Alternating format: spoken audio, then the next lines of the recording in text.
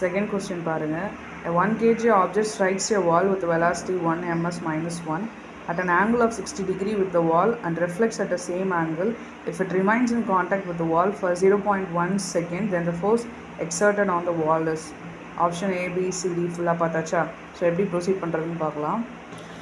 So அந்த first question diagram போடலாம். இப்போ இதுதான் வால்னு எடுத்துக்கோங்க. வாலில் ஒரு பால் வந்து இந்த சுவற்றின் மீது படுது. ஸோ பால் பட்டு என்ன ஆகுது, ரிஃப்ளெக்ட் ஆகுது. ஓகேவா? ஸோ அதை டயக்ராமாக ஃபஸ்ட்டு நம்ம போட்டுட்டோம்.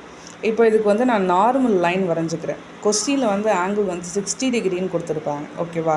ஆனால் அந்த ஆங்கிள் வந்து நார்மல் டு த லைனுக்கு இந்த ஆங்கிள் நான் மென்ஷன் பண்ணுறேன். அதாவது இந்த ஆங்கிள், அந்த வாலில் படுற ஆங்கிள் வந்து 60 டிகிரி. ஓகேவா? அப்போது வித் ரெஸ்பெக்ட் டு வால் நான் ஆங்கிள் போடுறதா இருந்தால் 60 டிகிரி போடணும்.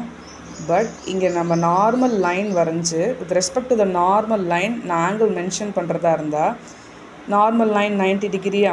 ஸோ -60 அப்படின்னா 30 டிகிரி வரும். ஸோ நம்ம 30 டிகிரி போடணும். ஸோ சேம் ஆங்கிளில் ரிஃப்ளெக்ட் ஆகுதுன்னு சொன்னதுனால இங்கேயும் நான் 30 டிகிரி மென்ஷன் பண்ணியிருக்கேன். அந்த டைரக்ஷன். ஓகேவா? ஸோ இப்போது இதில் இன்னொரு கான்செப்ட்லாம் எதுவும் இல்லை. ஸோ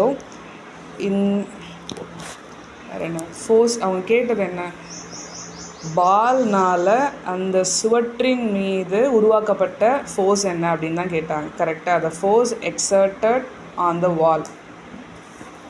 ஃபோர்ஸ் அப்படின்னா change in momentum by time. டெஃபினேஷன்னா force is equal to the rate of change of மொமெண்டம்னு சொல்லுவாங்க இல்லையா? அப்போது change in momentum with respect to time தான் நம்ம ஃபோர்ஸ் அப்படின்னு சொல்லுவோம். ஸோ சேஞ்ச் இன் மொமெண்டம் அப்படின்னா ΔP/ΔTன்னு மென்ஷன் பண்ணுவோம். ஸோ நமக்கு P அப்படின்னா M இன்ட்டு Vன்னு தெரியும், mass into velocity. So ΔP அப்படின்னா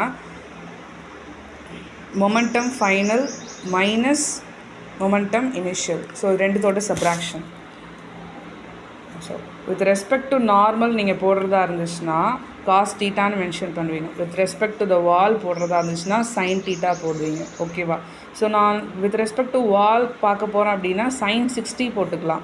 நானும் இதில் நம்ம ஃபிசிக்ஸில் வந்து நம்ம என்ன பண்ணுவோம்னா with respect to the normal தான் ப்ரொசீட் பண்ணுவோம். ஸோ இதே நம்ம ஃபாலோ பண்ணிக்கலாம். அப்போது காஸ்னே 30 போட்டுக்கலாம்.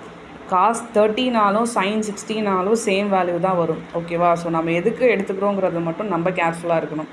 So momentum final minus momentum initial fine. இப்போ இதில் பாருங்கள், இந்த டேரக்ஷனில் வந்துட்டு இந்த டேரக்ஷன் திரும்புகிறப்போ இதை நான் மைனஸ் தான் எடுத்துப்பேன். So minus MV cos θ minus initial வந்து ப்ளஸில் இருக்கும் MV cos θ மைனஸ் நான் ஆட் பண்ணுவேன். So 2MV cos θ. இந்த இடத்துல வந்து எனக்கு ஃபோர்ஸோட ஸ்ட்ரென்த்து தான் முக்கியங்கிறதுனால நான் நெகட்டிவ் சைனை ஒமிட் பண்ணிடுறேன். அப்போது ஸ்ட்ரெயிட்டாகவே உங்களுக்கு என்ன க்ளூ அப்படின்னா, ஏதோ